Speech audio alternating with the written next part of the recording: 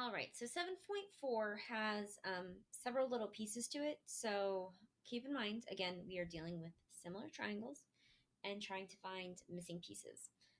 So when we have proportional parts, so parts that are proportional to each other within triangles, um, sometimes this occurs when a triangle contains a line that is parallel to one of its sides.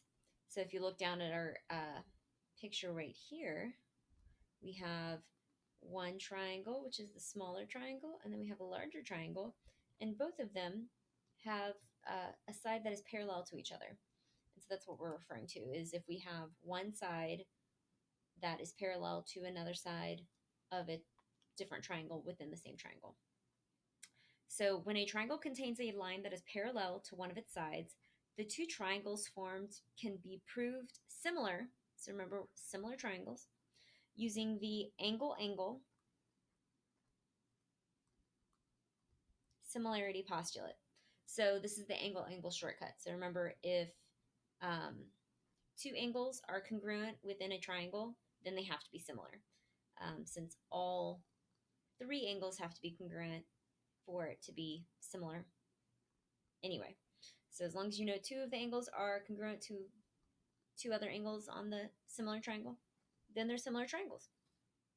So since they are similar, their sides are proportional. Oops.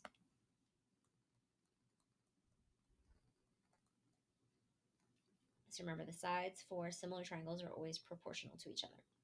So the first thing we're going to talk about outside of that is the triangle proportionality theorem. And this states if a line is parallel to one side of a triangle. So again, we've got BE is parallel to CD. We know that because these little markings here tell us that they're parallel. So if one line is parallel to another of a side of the triangle and it intersects the other two sides. So if I have two triangles, basically, so I have triangle ABE and I have triangle ACD. So they make up two different triangles, but BE is parallel to CD. Then it divides the sides into segments of proportional lengths. So the segments are proportional to each other, not just the full side lengths are proportional. So if BE, as our example here says, if BE is parallel to CD, then we can state that AB, line segment AB, is proportional to line segment BC, and line segment AE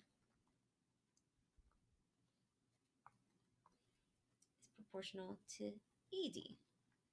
So again, the pieces of one triangle stay either on the top or on the bottom, but that those proportions or ratios are equal to each other. So let's look and see how this looks with real numbers. As we know, this tends to clarify some things if we have real numbers to deal with. Okay, so it says in triangle ABC, which is the big triangle in my first example. Let me zoom in a little bit. It says that EF is parallel to CB, and it's marked as such with our little arrows. So I have segment AE and segment AF of my smaller triangle. And then I also have segment EC and segment FB. So when we previously talked about similar triangles in 7.3, we were using the entire side lengths. But if we know we have parallel lines, we can use the individual small segments as opposed to the full side lengths. So instead of using AB, the full side length of AB, and comparing it to side length AF, we're just going to use the two individual pieces. So we are going to say that AE over EC should be equal to the proportion of AF over FB. Okay, so we're keeping our blue triangle segments on top and the purple triangle segments on the bottom. So let's plug in the pieces of information that correspond to this. So AE is 18. Go ahead and set this up. There we go. And AF is x plus 22. EC is 6. And FB is x plus 2. Now this is set up just like all of our other proportions that we've done. So we are going to cross multiply. Now the first thing we can do before we cross multiply to make some of this multiplication a little bit easier is what I notice is I have 18 over 6. These can reduce. So 18 is divisible by 6 3 times. So I can do 3 over 1. So that'll make that cross multiplying just slightly easier.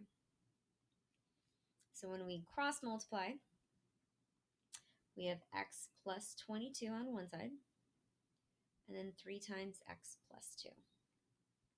We can go through and distribute. We have x plus 22 equals 3x plus 6. Sorry, computer's making all sorts of noises. And then we're going to go ahead and try to solve for x.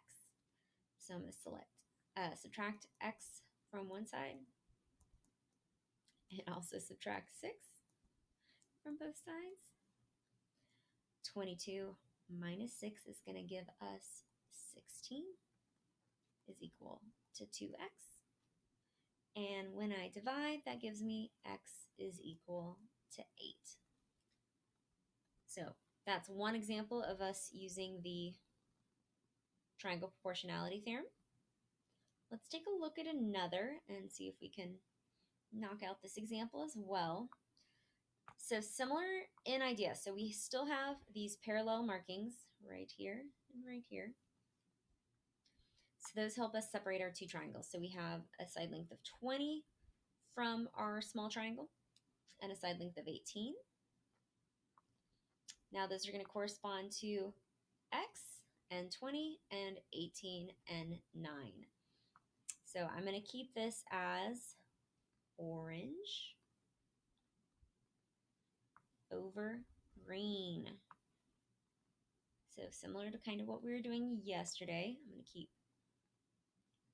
the same color or the same triangle on top versus the bottom. So I've got 20 in the side section or segment that corresponds with 20 is x. And remember, again, I can't stress this enough, is this segment action that we're doing instead of doing 20 plus x, just doing x, only occurs when you have parallel lines involved in your triangles.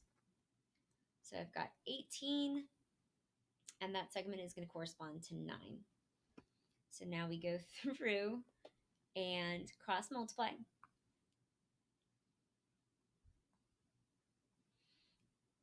And again, before you cross multiply, you always want to double check, can I reduce? That just makes the multiplying so much easier. 18 is divisible by 9 by 2, so that changes that fraction to 2 over 1.